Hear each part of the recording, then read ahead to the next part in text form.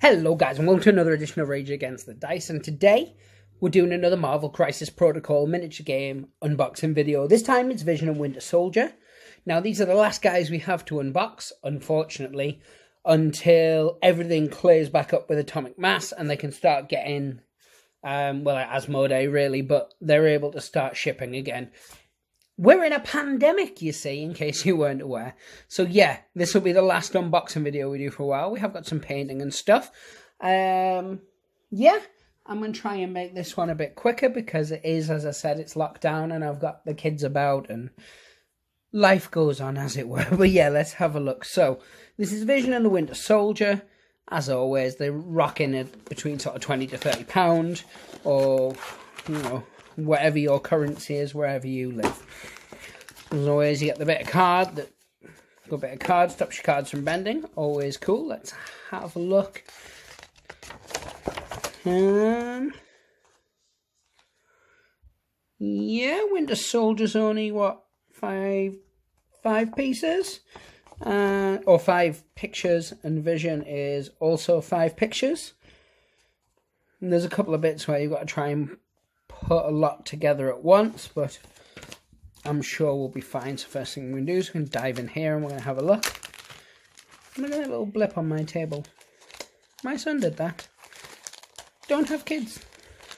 So yeah, anyway, let's have a look at the tokens we get in this one. So we get 3 more Avenger symbols, 3 more power tokens, 3 blood tokens, and what I assume is a Vision token of some description.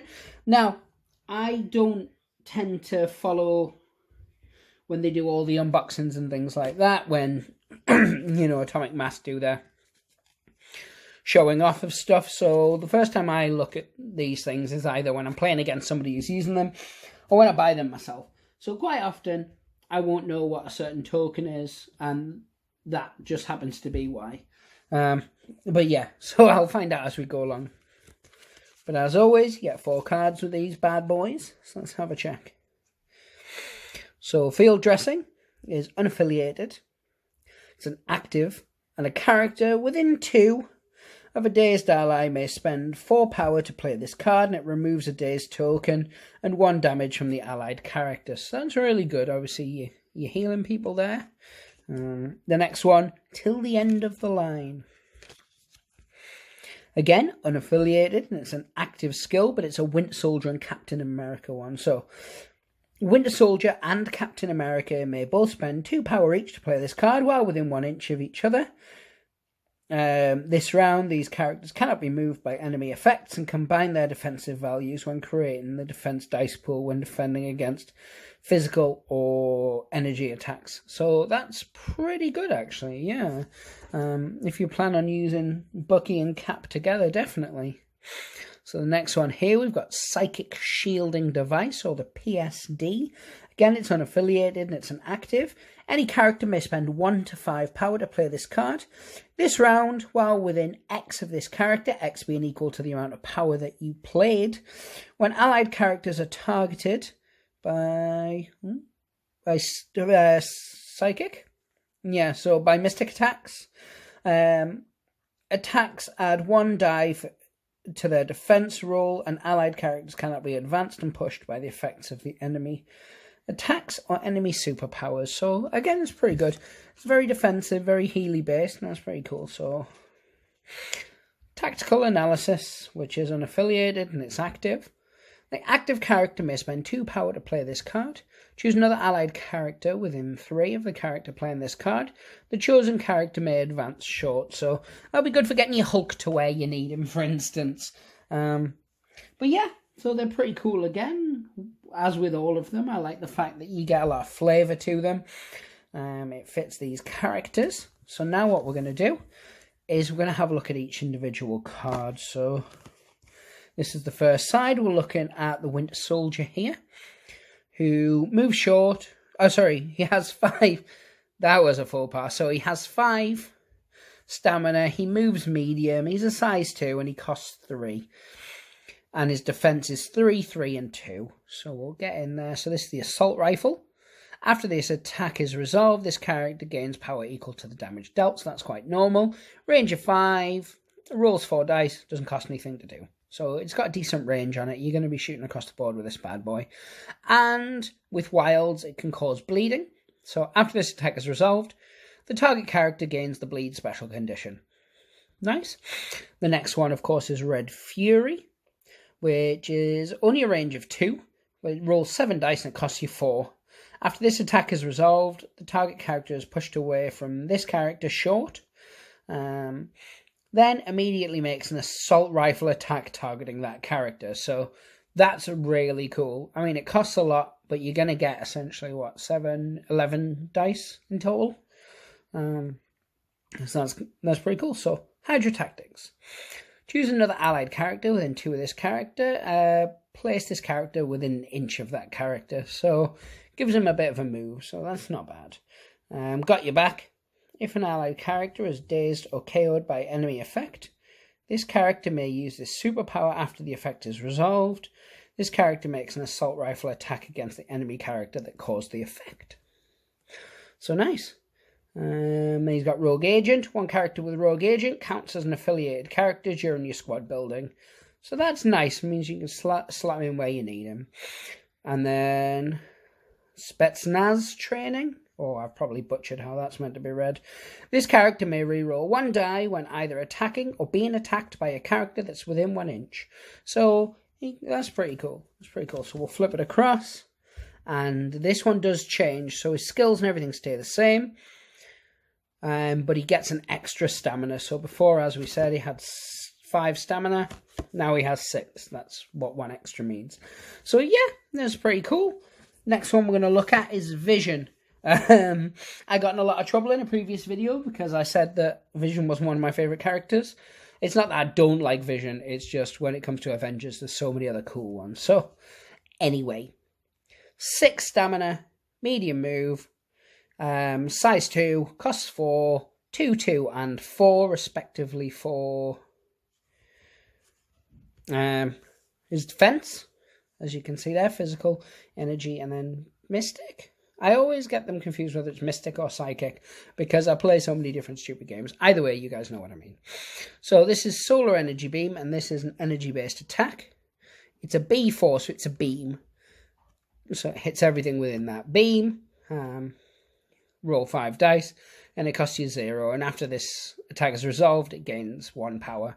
So just 1 power, not per damage. So that's not bad. But with Wilds, it does sap power before damage is dealt. The target character loses 1 power for each wild in the attack roll, and the character gains that amount of power. So that's pretty nice. One of the other characters has that, but I can't remember which off the top of my head. I'm sure you'll tell me in the comments. And then Synthezoid Avenger, which is a physical attack. It's got a range of 3. It does 7, roll 7 dice, and it costs you 4. The defending character does not add critical results to its defense roll total of successes and cannot add additional dice to the defense roll as a result of the criticals. So that's devastating, or it can be, especially if you're playing against someone like Sparks with his filthy, amazing rolling. Calculated trajectory. Choose an interactive terrain feature or an enemy character, both of size 3 or less and within 2, and throw it medium. This superpower can be used only once per turn, so that's pretty common. Then we've got Synthesize. This character gains 2 power, and this is an action, so it costs you 0. Oh, the other one costs 2, by the way, sorry, look. But this costs 0, you can do it as an action, and you gain 2 power. And then Rapid Phase, which costs 2 power. When this character is targeted by an enemy attack, this character may use this superpower. Remove the current phasing type and choose a new phasing type, and then it tells you what they are below, which is Enhanced Density or Phased. So, the character rolls 3 additional dice when defending against physical, and cannot be pushed until the start of the next phase. And then Phase, this character rolls 3 additional dice when defending against energy, and does not suffer collision damage until the start of the next phase. So that's pretty cool. Then he can fly. He's got immunity to bleed and poison. Let's have a look at the other side. Other than it being a really nice piece of artwork. No, he looks the same, I believe. Yeah.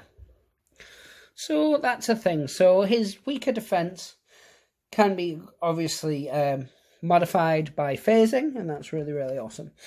So what we're going to do next is we're going to have a look at the sprues, because it's backed by popular demand. And then after that, I'll build them up and we'll come back. So yeah, back in a second. So we are back, and we've moved a little closer to the table so you can see what's going on. As always, you get your 4 bases, of which I'll most likely use that one, and this one here, or that one there, because that one's my favourite, because it's flat and easy to work with, and that one's the least offensive of the others that are left. They just don't do anything for me, the raised bases. I get it, and loads of people love them. I just like the flatter, less detailed ones, because most of the models go on it more appropriately. But yeah, that's just me. It's my own personal bias, so don't worry about it. So first guy we're going to look at is this one guy here. Winter Soldier, they call him. So as you can see, he's got the front and the back of his body. He's got one leg over here, and his rifle with the hands attached. He has the face. It's a face for a face, which you can kind of see there. It's pretty nice. He's got a little holster. He's got his arms there. He's got a couple of extra little trinkets. And he's got his leg there. So it doesn't look like he'd be too hard. Now, I've seen a load of people obviously sculpting some pretty cool little masks onto his face. I don't know if I'll be doing that yet. We'll see how we go along. But the next one we're going to look at, of course, is that other guy. You know his name. Vision, that's the one. So Vision, as you can see there, his body is one almost full bit. It's got a leg attached. And then it's got his cloak next to it. You've got the 2 bits of brick wall, which he's phasing through. You have his face down here. Look at that. Some nice detail. You can even see the stone in his head. Then you've got the other bit of foot. And then you have his 2 arms. So hopefully these aren't going to be too hard to put together for my tiny lazy little self. So I'm going to go off and build these. Now I'm going to come back and show you the finished models, because I know you internet people kind of like that sometimes. But yeah, hopefully it shouldn't take me too long and I won't get distracted by anything too shiny. Yeah. So you'll see the first model we've got here is the Winter Soldier. I need to drill out his gun barrels, which is why I haven't cleaned the end of that yet. But I will be doing. There's a few little gaps that I've filled in. But for the most part, absolute joy to put together.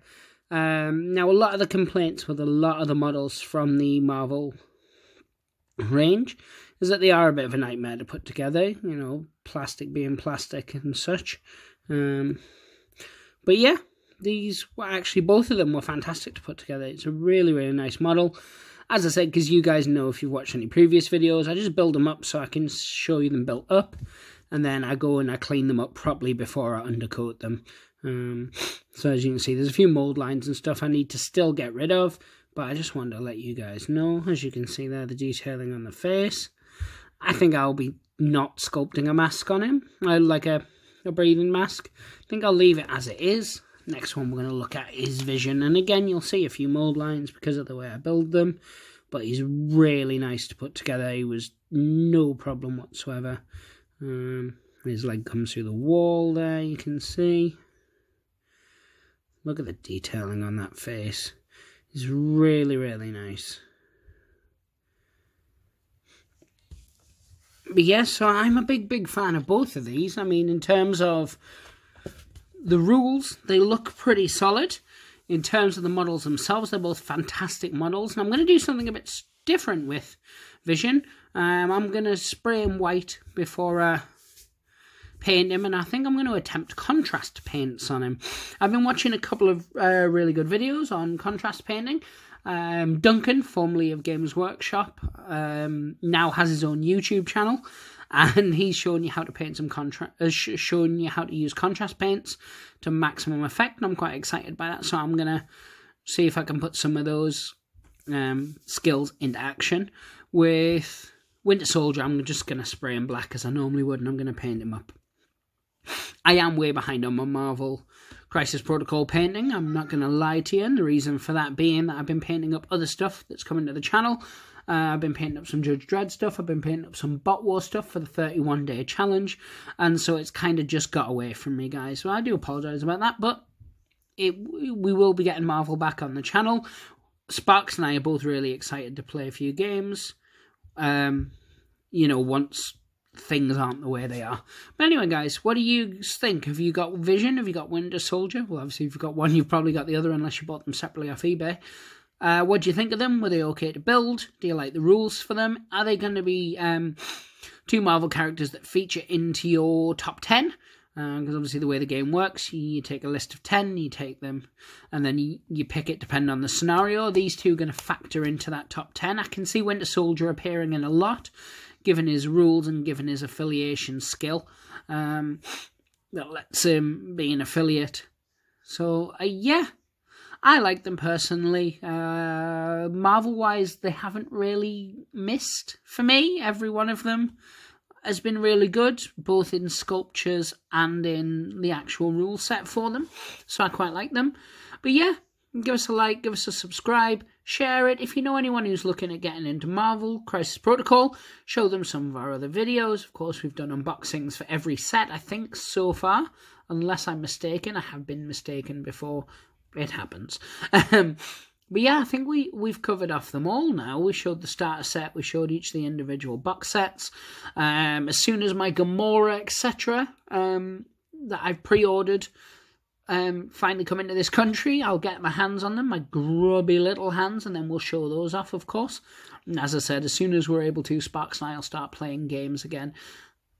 On a plus note, I've even painted up my scenery for it so far. They're finally done, and I'm working through my street level scenery in general, so that by the time we are back and kicking, we've got a fully painted board for you guys to see. Hopefully it'll make the experience a little bit better for you. But anyway, guys, the usual. Pray to the dice gods, hope to smile upon you, and in these uncertain times, stay safe. Take care, guys. Bye.